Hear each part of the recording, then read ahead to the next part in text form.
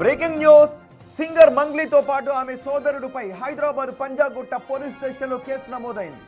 ఆమెతో పాటు మరో ముగ్గురుపై కూడా కేసు నమోదైంది. తనకు ప్రాణహాని ఉంది అని బాధితుడు సుబ్బారావు పోలీసులను ఆశ్రయించారు.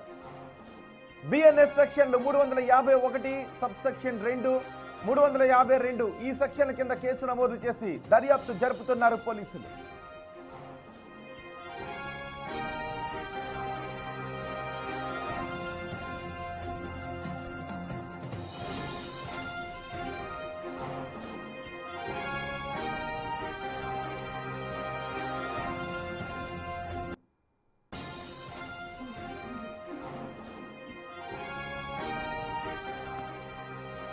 సింగర్ మంగ్లీపై కేసు నమోదైంది. సింగర్ మంగ్లీతో పాటు ఆమె సోదరుడి పైన హైదరాబాద్ పంజాగుట్ట పోలీస్ స్టేషన్లో కేసు నమోదు చేశారు. సుబ్బారావు అనే వ్యక్తి ఇచ్చిన ఫిర్యాదు ఆధారంగా ఈ కేసు నమోదైంది.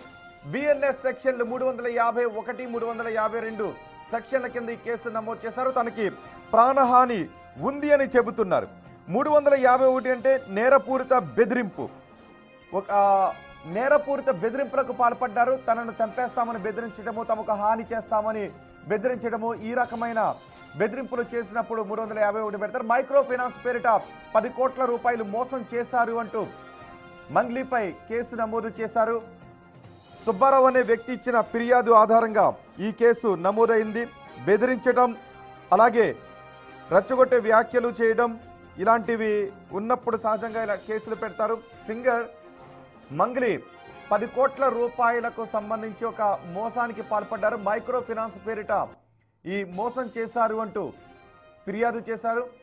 బిఎన్ఎస్ సెక్షన్లు 351 సబ్ సెక్షన్ 2, 352 ఈ సెక్షన్ల కింద కేసు నమోదు చేశారు. పంజాగుట్ట పోలీస్ స్టేషన్లో కేసు నమోదైంది. సింగర్ మంగ్లీ ఈ కేసు గురించి ఏం మాట్లాడతారో చూడాలి.